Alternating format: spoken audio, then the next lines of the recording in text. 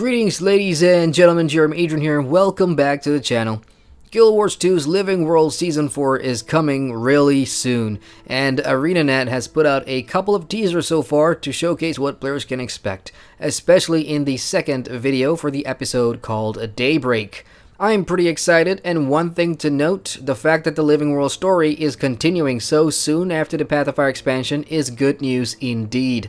In contrast, the first episode of Season 3 was released 8 months after the Heart of Thorns expansion. So it's really awesome that ArenaNet has dedicated expansion teams and Living World teams now, which means we get to access new content faster than ever before.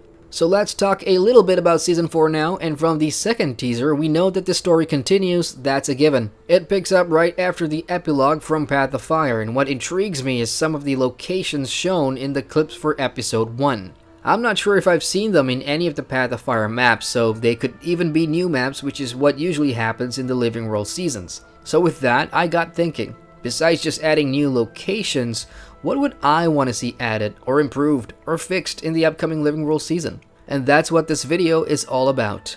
These aren't expectations for the first chapter or episode, but as a whole, the entirety of Season 4. So the first thing I like to see, besides having new locations and maps to go to, is for Guild Wars 2 to make good use of the already existing Path of Fire maps.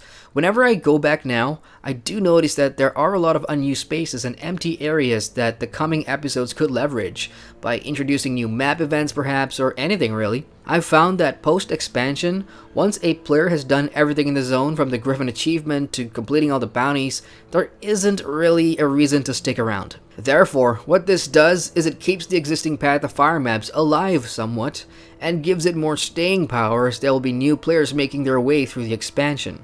Second thing, I hope we don't see any repeatable task cards in Season 4.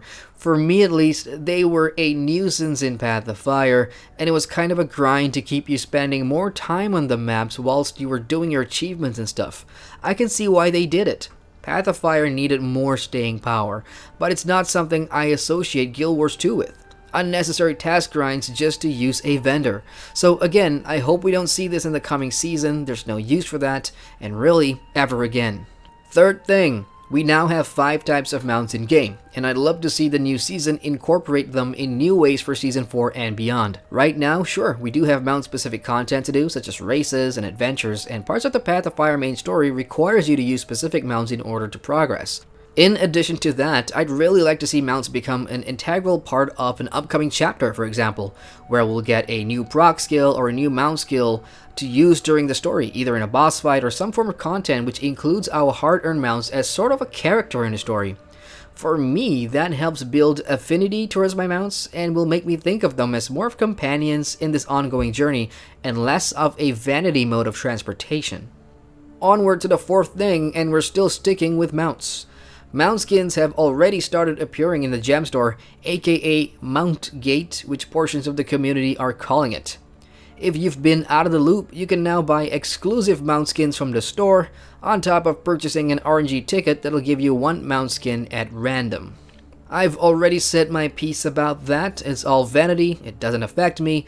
If you have the money and want to support the game by spicing up your mounts, go for it. However, if Guild Wars 2 really wants to make their players happy, I think one awesome way would be to include a free unique Season 4 mount skin as an achievement to work towards in the upcoming season, or even for just completing the season. It is at least one way to gain mount skins besides having to pay gems for them, and if it is indeed an achievement reward, then it gives players a goal to work towards and keeps them running the content. It's a tangible, one-time reward that us as players can look back on and go, yeah, that Season 4 was something, and I got this skin to remind me of what I've accomplished. And the final thing I'd like to see is the introduction of at least one Elonian character to the current story cast. Right at the end of the expansion's epilogue, we get a glimpse of the potential characters that will probably be around in Season 4. There's still no updates on Bram or Rock, so in the event that they do not show up at all this season, which is unlikely I think, I'd love to see an Elonian character join the cast for the season, even if only temporary to fill that gap.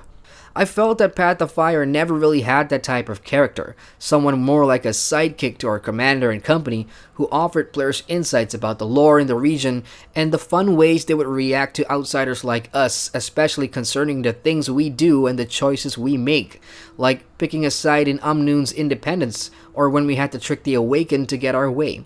A local character in the group tagging along would have been so much fun. There's potential for interesting chit-chat and banter between all characters, and that's what I feel Season 4 could use, and I would love to see that happen. So those are the things I would really like to see in Season 4. A couple of them may be far-fetched or unreasonable, but hey, just sharing my thoughts.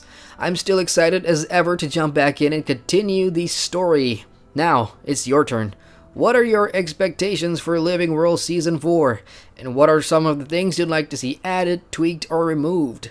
Let me know in the comments section below. And to everyone jumping in playing Daybreak in a day or so, enjoy the episode.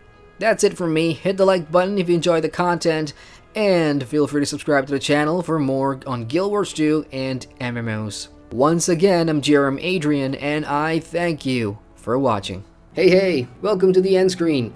If you've made it this far, it means you've watched the entire video, and I thank you very much for that. If you want to watch more videos, you can click on the cards at the bottom here. Anyone will do. And if you like my content, you can subscribe to the channel by hitting the big round button down here. See you guys at the next video.